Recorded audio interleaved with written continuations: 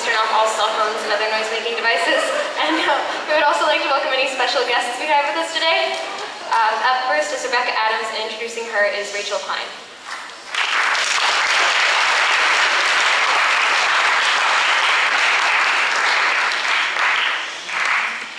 Rebecca has many nicknames. Just a few are Becca, Becky, Bektar, Mighty Bektar, and Deer Killer.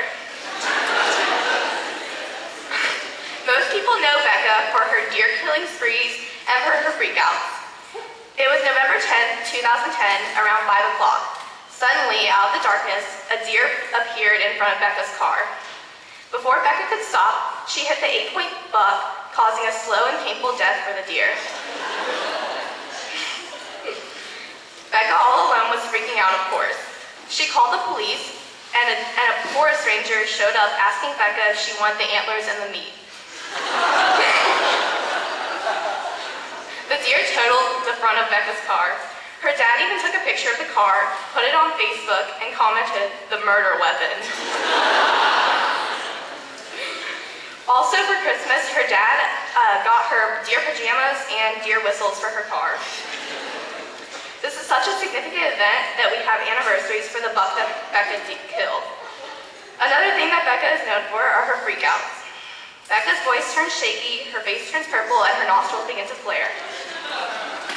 Becca freaks out over the smallest things.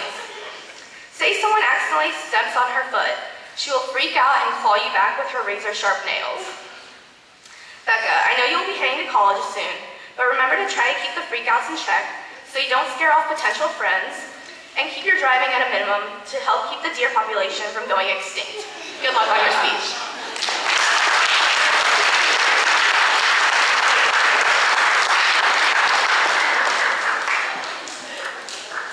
Never trust water wings.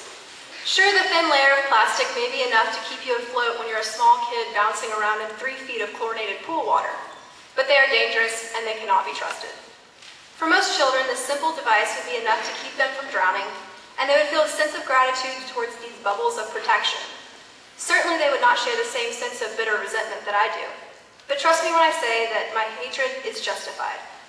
As a young child, I loved to simply float around in the pool. My bright orange water wings became my best friend during family vacations in the summer.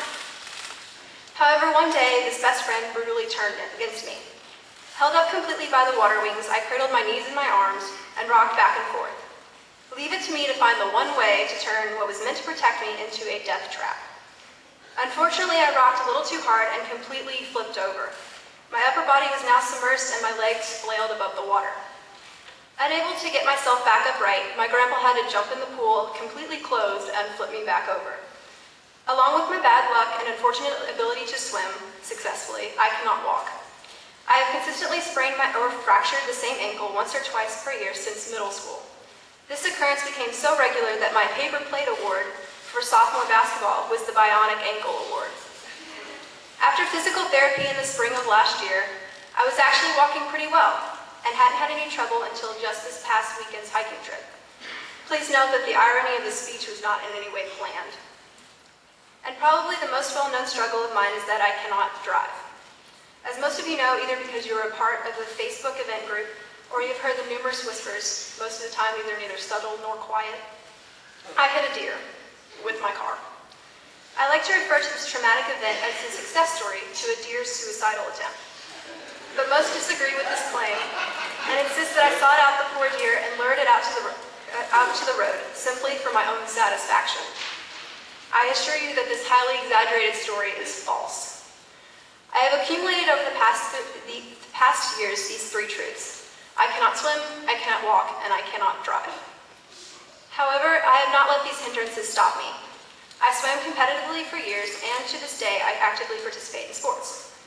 Also, I still drive, however, with a little more caution than most. For some people, these unfortunate experiences may cause fear and prevent them from taking advantage of all the opportunities that are given. Anything that goes against a newly formulated fear would be out of comfort zone and off limits. Mentors always tell you that if you step outside your comfort zone, you'll be rewarded. This somewhat nerve-wracking endeavor will pay off with either a fantastic learning experience that you will never forget or somehow make you a better person. They tend to focus on the end result and not the little bumps in the road that you will undoubtedly encounter. What the wiser generation doesn't tell you before you embark on these life-altering journeys is that you'll probably feel highly uncomfortable at first, at least until you're able to come to grips with the piece of advice that you're supposed to be leaving with. Stepping out of your comfort zone is, to be honest, terrifying at times, especially when you have suffered some form of unfortunate event beforehand, like in my case, almost drowning, injuring myself repeatedly, or killing a really cute animal. 2 summers ago, I had the amazing opportunity to travel to Guatemala with a group of collegiate students. It was a great trip that allowed me to reach outside myself and help a poverty-stricken people. We volunteered as mural painters, eco-wall builders, and teachers, the whole time we were learning ourselves. Unfortunately, every travel experience has its trial, and mine came halfway through the trip, in the final night we spent in Antigua. While walking back to my host family's house one night with a friend, I was mugged by a local man. To watch all sense of security disappear so quickly was definitely a terrifying experience. But looking back, it also made me realize just how lucky I am and how much God is looking out for me. I could have let this fearful event keep me from enjoying the rest of my trip to Guatemala and then persuade me to stay home from a Costa Rica trip that I had scheduled for the next week. But I didn't. Had I let the fear from my minor Guatemala mugging experience get in the way of my next trip, I would have missed out on an amazing opportunity that has completely helped shape me to be as a person and has led me to consider a career path in optometry. Traditionally, senior speeches end with a word of advice, where I share some little piece of wisdom that I have accumulated over my past high school years at Collegiate. So not to break tradition, I have come up with a creative analogy.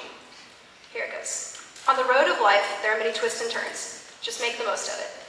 Take advantage of every opportunity that comes up your way, because if you don't, you might grow to regret it.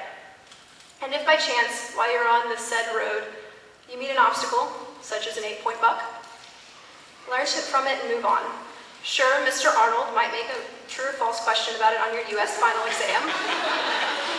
Mr. Stern might create a projectile motion pre-cal problem based on your car. And Senora Charlene might cut out cute little pictures of deer and put them in your envelope for retreat day.